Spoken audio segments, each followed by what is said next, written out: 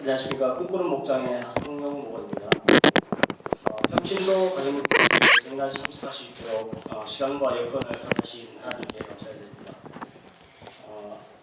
오랜 시간 동안 가정교회라는 울타리 안에서 신앙생활을 하였지만 가정교회에 대한 정확한 이해와 가정교회가 추구하는 목표가 무엇인지 배워보고 싶었습니다.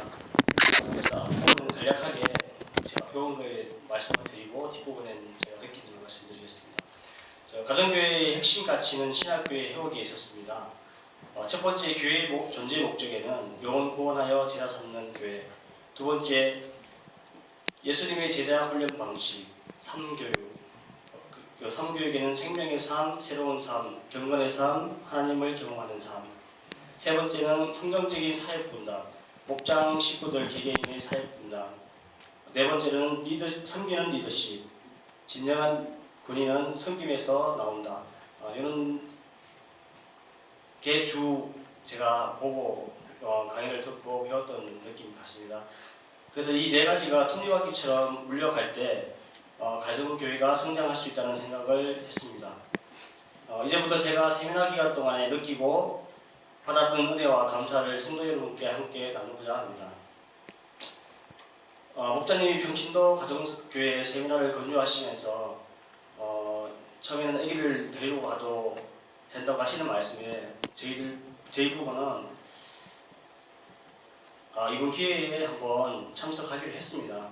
그래서 등록과 함께 세미나 날짜는 다가오고 있었고 세미나 주최 교회 목자님께서 자신의 집에서 지내게 되었고 진행이 되었다는 전화가 왔고 인사를 하면서 일정에 대하여서 가볍게 이야기를 나누었습니다.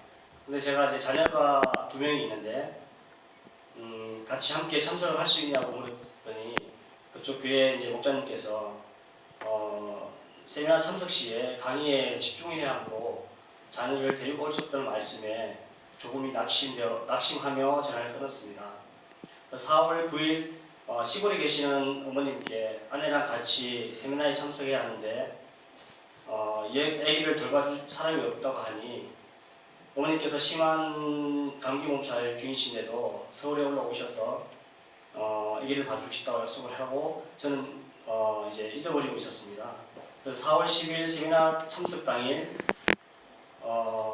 어머님께서 감기 몸살이 너무 심해서 서울 올라갈 수 없다는 전화가 저희 큰누님한테 전화가 왔었습니다.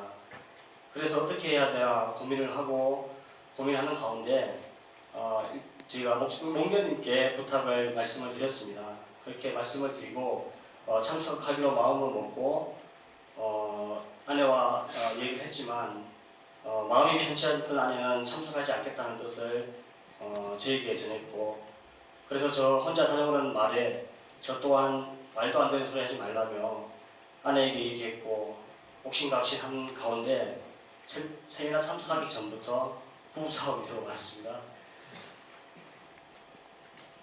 그래서 제가 아내를 다시 한번 설득을 하고 그러면 세미나 기간 중에 잠은 집에서 자는 걸로 하고 장소가 저 다운교회 합정동에 있는 다운교회에서 제가 집사람한테 잠은 집에서 자는 걸로 하고 그러면 일단 참석을 하자 해서 출발을 하게 되었습니다.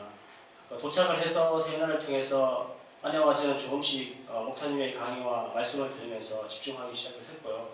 쉬는 시간에 애기들한테 전화가 왔는데 목님 집에서 이틀 밤 잘 자고 말 잘 듣고 있을 테니까 엄마 아빠 세미나 잘 듣고 라는 말 한마디에 저와 어린이는 감사했고 세미나 기간 동안 저희 집에 오지 않고 말씀에 집중하며 세미나의 주 목적인 목장 탐방을 할 수 있게 되었습니다. 제가 다운교에서 도전을 받았던 것이 있었다면 젊은 목자 목녀가 많다는 사실에 한번 놀랐고 대부분이 맞벌이를 하면서 목자 목녀로서의 영혼 구원하여 제자 삼는 섬김의 본이 되고 있다는 사실에 다시 한번 놀랐습니다.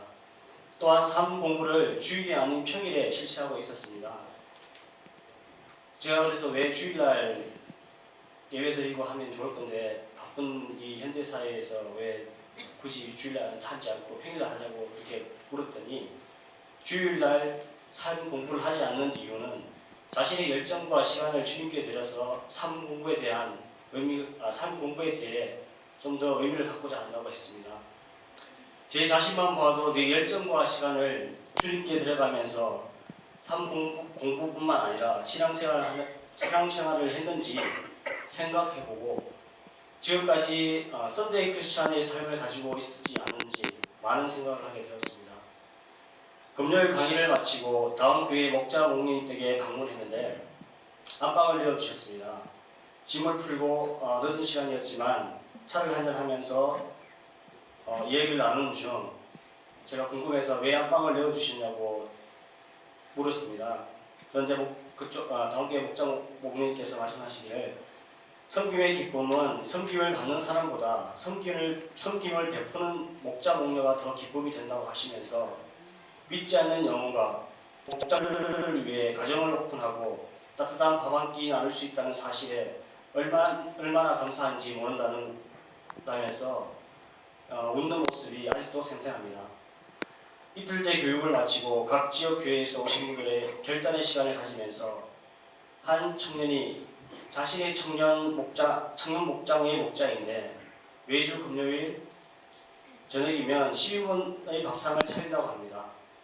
자신의 머릿속에는 오늘 몇 명이 올까 하는 기대에 음식을 만들지만 저녁 8시가 넘어도 아무도 오지 않아서 낙심될 때도 있지만 다음 주 금요일 저녁 8시면 10인분의 음식을 또 준비하는 자신의 모습에 감사한다는 말씀에 많은 은혜가 되었습니다.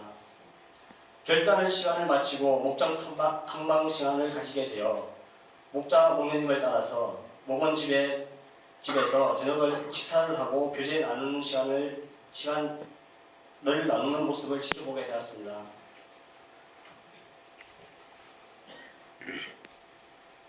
그 목장에서는 주일 말씀을 정리해서 카톡에 올리시는 목원, 회계를 담당하시는 목원, 찬양 인도를 하시는 목원, 각자 목원 한 명씩마다 사역이 나눠져 있었습니다. 찬양, 큐티, 감사했던 일, 교제 순서로 진행되었습니다.